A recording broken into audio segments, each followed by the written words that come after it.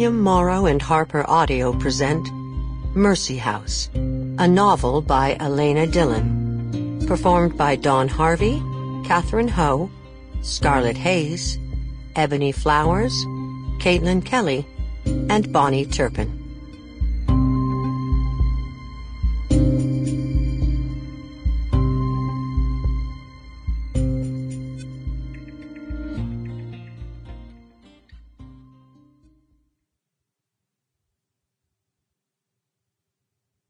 Chapter 1. January 2010.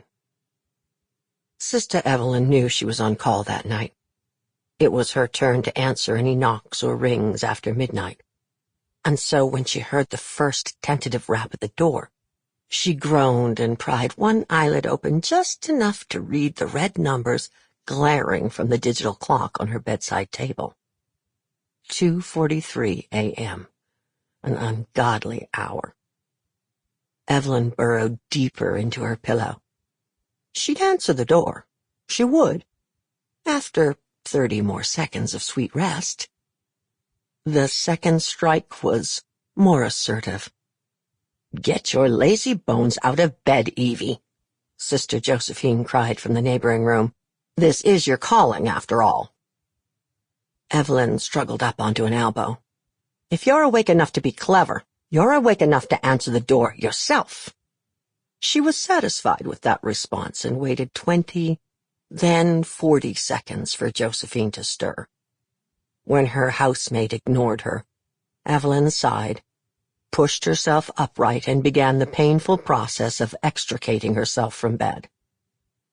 Ever since Evelyn entered the convent 50 years ago and was required to rise with the sun, she worshipped sleep like it was a false god. But now that Evelyn was 69, the physical difficulty of making her way from her cot to the ground was a relatively recent development.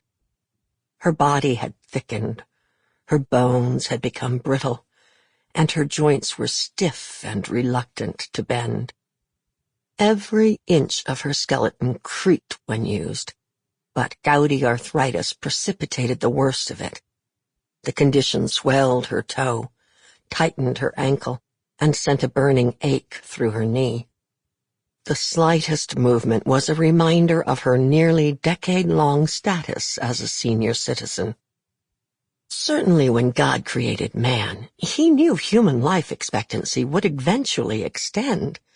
Couldn't he have designed the aging process to be just a bit more graceful? Even a half-century after her formation period, Evelyn could still hear the response of her first Mother Superior. "Who are you, young novice, to question the will of Almighty God?" Hobbling around in the darkness of her bedroom, Evelyn muttered, "Forgive me, Lord. I am but your meek and humble servant. But you, Mother Superior, you can kiss my fat Irish ass."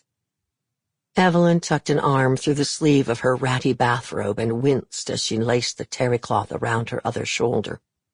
As she slipped her puffy feet into moccasins whose insoles retained her impressions, her bladder stung with fullness. She had to pee. She always had to pee.